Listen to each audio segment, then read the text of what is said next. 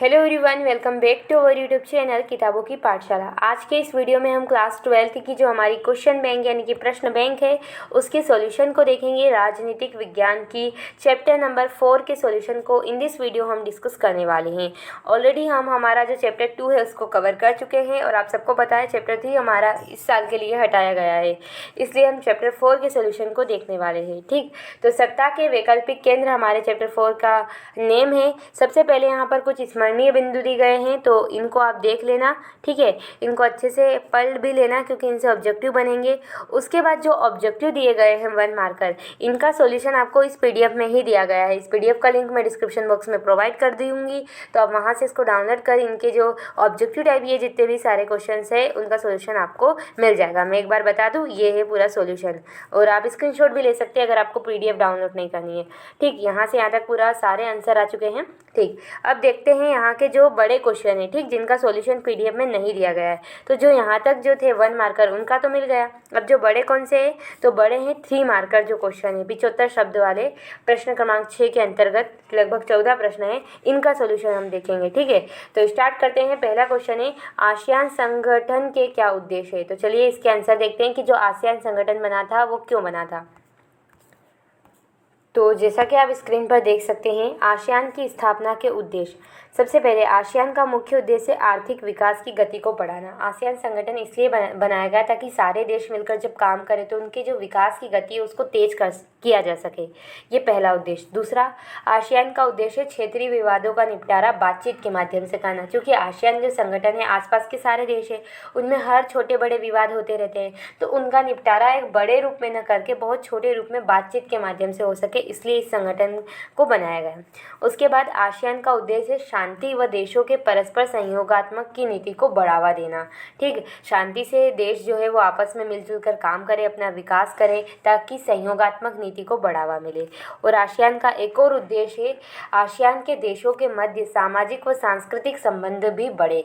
सिर्फ वो इकोनॉमी तक ही एक दूसरे से जुड़े नहीं रहे, सामाजिक व संस्कृति में भी जुड़े रहे, क्योंकि इंसान जब समाज व संस्कृति से जुड़ जाता है तो उसमें बहुत ज़्यादा तालमेल बैठना शुरू हो जाता है। ठीक, तो ये है आसियान के उद्देश्य।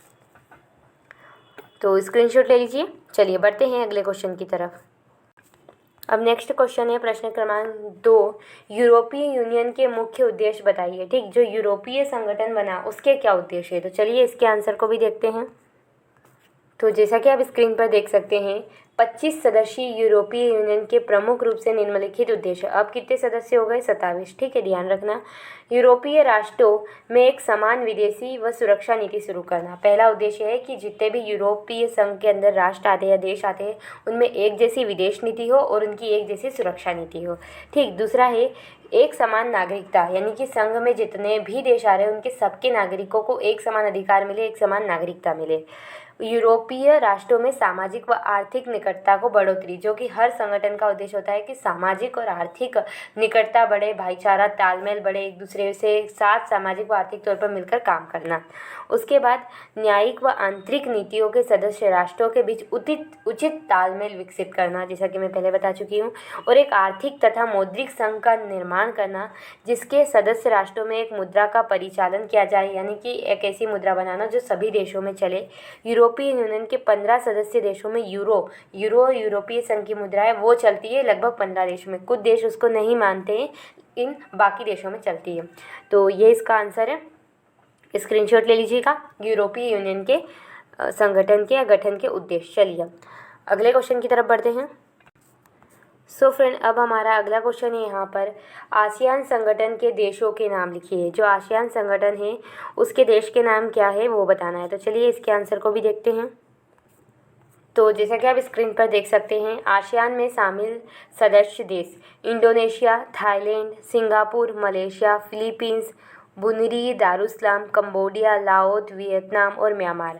ये जो देश है ये आसियान में शामिल देश है। ठीक है, तो इनके नाम है। जल्दी से इनका स्क्रीनशॉट। चलिए बढ़ते हैं अगले क्वेश्चन की तरफ। अब हमारा यहाँ पर नेक्स्ट क्वेश्चन है यूरोपीय यूनियन के सदस्य देशों के नाम लिखिए। तो चलिए इसके आंसर को भी देखते हैं। तो जैसा कि आप स्क्रीन पर देख सकते हैं, यूरोपियन यूनियन के कुल 27 देश शामिल है, जिसकी सूची कुछ इस प्रकार है: Germany, Denmark, Luxembourg, Belgium, Ireland, France, Italy, Netherlands, पुर्तगाल, Greece, Spain, Finland, Sweden, Austria, Cyprus, Latvia, चेक गणतंत्र, Poland, Estonia, Hungary, Croatia, Lithuania, Romania, Malta, Slovakia, Slovenia और बुल्गारिया। तो ये यूरोपियन यूनियन के 27 देश है। ठीक, इनको याद करने के लिए आप मैप का यूज़ कर सकते हैं। ठीक, आपके पास मैप होगा, मैप में आप देखें कि ये जो देश है ये एक ही स्थान पर आसपास में है, तो उनको मैप को बस आप डेली अपने पास में लगा लीजिए और उसको देखा करिए, तो आपको समझ आ जाएगा कौन सा देश किसके पास है, कौन से कितने देश किस संघ में है। ठीक, तो ये इसका आंसर है, स्क्रीनशॉट। चलिए बढ़ते हैं नेक्स्ट क्वेश्चन की तरफ। अगला क्वेश्चन है हमारे सामने यहाँ पर, आसियान विज़न 2020 की मुख्य बातों को बताइए। तो आसियान विज़न 2020 की क्या मुख्य बातें हैं, तो चलिए इसके आंसर को भी देखते हैं।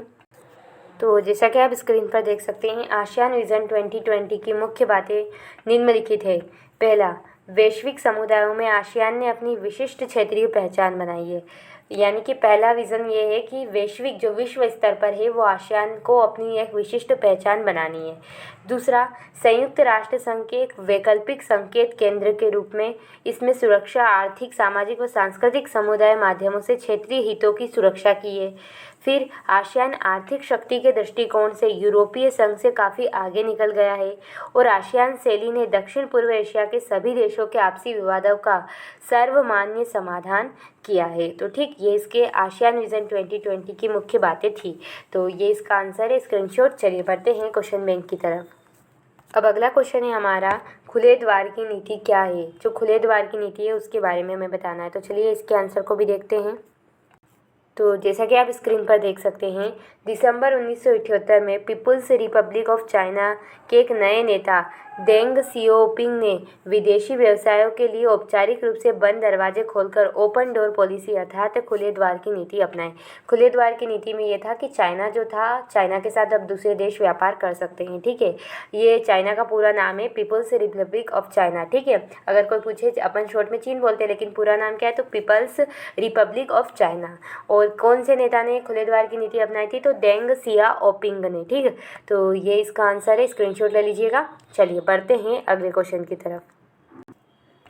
सो फ्रेंड, अब अगला क्वेश्चन है, आसियान समुदाय के मुख्य स्तंभ क्या है। जो आसियान समुदाय है उसके मुख्य स्तंभ क्या है, ये हमें बताना है। तो चलिए इसके आंसर को देखते हैं। तो देखिए आंसर को, 2003 में आसियान ने आसियान सुरक्षा समुदाय, आसियान आर्थिक समुदाय और आसियान सामाजिक सांस्कृतिक समुदाय नामक 3 स्तंभों को बनाया। ठीक, इन स्तंभों के निम्न उद्देश्य थे। पहला स्तंभ है आसियान सुरक्षा समुदाय। इस समुदाय का उद्देश्य था जितने भी क्षेत्रीय विवाद है उनको सैनिक टकराव तक न ले जाने पर आधारित था, यानी कि उनको बातचीत के माध्यम से हल कर दिया जाए, उनको सेना तक, सैन्य मामलों तक न ले जाया जाए। ये आसियान सुरक्षा समुदाय का उद्देश्य था। फिर है आसियान आर्थिक समुदाय। इस समुदाय का उद्देश्य था आसियान देशों का साझा बाजार, उत्पादन आधार तैयार करना व आर्थिक विकास को बढ़ावा देना। तो आर्थिक समुदाय था, तो इसका मेन उद्देश्य था कि ज़्यादा से ज़्यादा देशों में आर्थिक विकास हो। उसके बाद तीसरा है आसियान सामाजिक समुदाय। इस समुदाय का मुख्य उद्देश्य था आसियान देशों के मध्य सामाजिक व सांस्कृतिक संबंधों को बढ़ावा देना। तो ये आसियान के 3 मुख्य स्तंभ है। तो स्क्रीनशॉट ले लीजिए यहाँ से यहाँ तक और फिर यहाँ से यहाँ तक। चलिए बढ़ते हैं क्वेश्चन बैंक की तरफ। तो जैसा कि आप स्क्रीन पर क्वेश्चन देख सकते हैं, अगला हमारे सामने है, यूरोपीय यूनियन के अंगों का वर्णन कीजिए। कि यूरोपीय यूनियन के क्या क्या अंग है। तो चलिए इसके आंसर को भी देखते हैं। तो जैसा कि आप स्क्रीन पर देख सकते हैं, यूरोपीय यूनियन के अंगों का वर्णन। यूरोपीय यूनियन की अपनी संसद, आयोग, मंत्री परिषद, न्यायालय तथा केंद्रीय बैंक है, जिन्हें यूरोपीय यूनियन के प्रमुख अंग भी कहा जाता है। यूरोपीय यूनियन जो है उसके पास अपनी संसद है, अपना आयोग है, मंत्री परिषद है, ठीक है, परिषद, न्यायालय है तथा केंद्रीय बैंक है, जो कि क्या है, उसके अंग है। अब एक एक करके देखते हैं। पहले यूरोपीय संसद। यूरोपीय संसद की अपनी एक संसद है, यूरोपीय यूनियन की अपनी एक संसद है जिसमें 751 सदस्य हैं। यूरोपीय संसद का जो अध्यक्ष और उपाध्यक्ष है उसका चुनाव प्रत्येक 2.5 वर्ष के बाद संसद के सदस्य करते हैं। ठीक, तो पहला यूरोपीय संसद। दूसरी है इसके पास यूरोपीय आयोग। इसकी वर्तमान में सदस्य संख्या 27 है। इसका एक अध्यक्ष होता है जिसे यूरोपीय परिषद द्वारा मनोनीत किया जाता है। उसके बाद यूरोपीय मंत्री परिषद। तो यह यूनियन की प्रमुख निर्णय लेने वाली संस्था है। जो यूरोपीय मंत्री परिषद है वो सबसे प्रमुख है जो निर्णय लेती है। उसके बाद यूरोपीय परिषद, यह एक अध्यक्ष का चुनाव करती है। जो यूरोपीय आयोग व यूरोपीय यूनियन का अध्यक्ष होता है इसे 2.5 वर्ष के लिए चुना जाता है। ठीक है, तो ये यूरोपीय परिषद के अंग है। तो फटाफट से स्क्रीनशॉट, सबसे पहले यहाँ से यहाँ तक, देन यहाँ से यहाँ तक। चलिए बढ़ते हैं अगले क्वेश्चन की तरफ। ठीक है, सो फ्रेंड, अब हमारे सामने यहाँ पर अगला क्वेश्चन है, प्रश्न क्रमांक 9, आसियान के उद्देश्यों का वर्णन कीजिए। तो इसका आंसर हम पहले ही दे चुके हैं। पहले नंबर वाले क्वेश्चन में आसियान संगठन के क्या उद्देश्य है, तो वही इसके आंसर है। ठीक है, वही लिख लेना। उसके बाद आसियान संघ में भारत की भूमिका का वर्णन कीजिए। तो चलिए इसके आंसर को देख लेते हैं। तो जैसा कि आप स्क्रीन पर आंसर देख सकते हैं, आसियान तेजी से बढ़ता हुआ एक महत्वपूर्ण क्षेत्रीय संगठन है, एक बहुत इंपॉर्टेंट क्षेत्रीय संगठन है।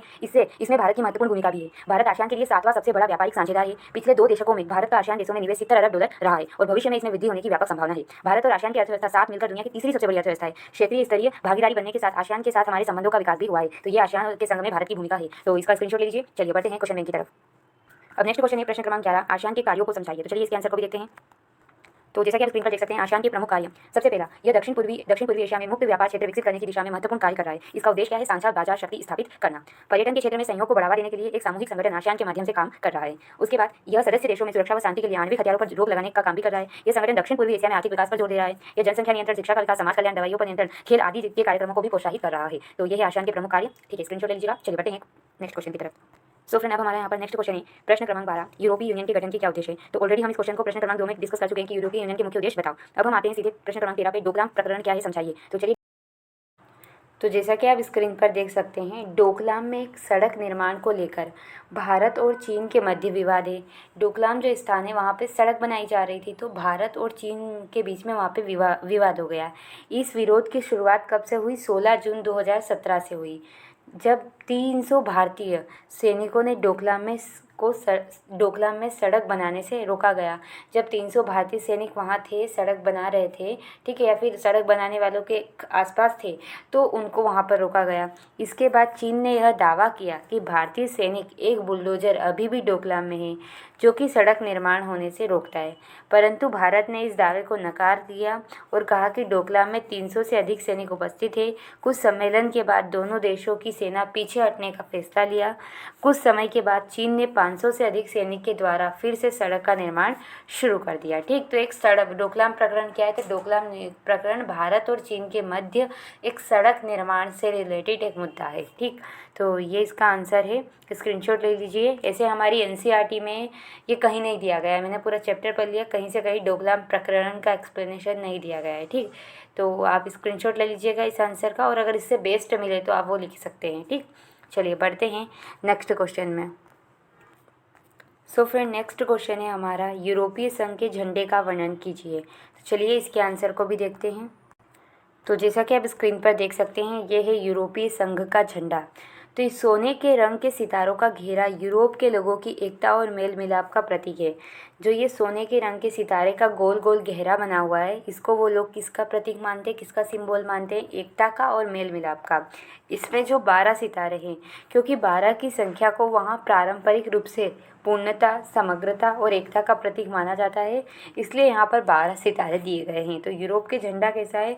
एक नीले रंग का, जिसके अंदर 12 गोल्डन कलर के सितारों से एक गोल आकृति बनी हुई है, जो कि यूरोप के लोगों का मेल मिलाप का प्रतीक है। और 12 सितारे इसलिए है क्योंकि वहाँ 12 अंक को या 12 संख्या को ट्रेडिशनल रूप से या पारंपरिक रूप से एकता का प्रतीक और समग्रता और पूर्णता का प्रतीक माना जाता है।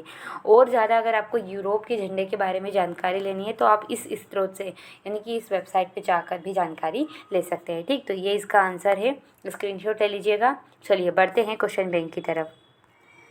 सो फ्रेंड, जैसा कि आप देख सकते हैं, अब हमारे 14 ही जो प्रश्न थे वो कंप्लीट हो चुके हैं। अब हमारी उत्तरमाला है, तो ये हमारे ऑब्जेक्टिव से रिलेटेड है। ठीक, तो मैंने ऑब्जेक्टिव तो सोल्व करवाया नहीं है, तो वो आपको इसमें से देख के सोल्व कर लेना है। ठीक, बाकी हमारा जो ये चैप्टर था आज का वो पूरा कंप्लीट हो चुका है, चैप्टर नंबर 4। अब इसके बाद हमारा चैप्टर नंबर 5 आएगा। ठीक है, तो जल्दी से इस वीडियो को शेयर कर दीजिएगा अपने फ्रेंड्स के साथ। अगर वीडियो हेल्पफुल रहा हो तो प्लीज़ वीडियो को लाइक करें, शेयर करें, subscribe this channel. Thanks for watching, धन्यवाद।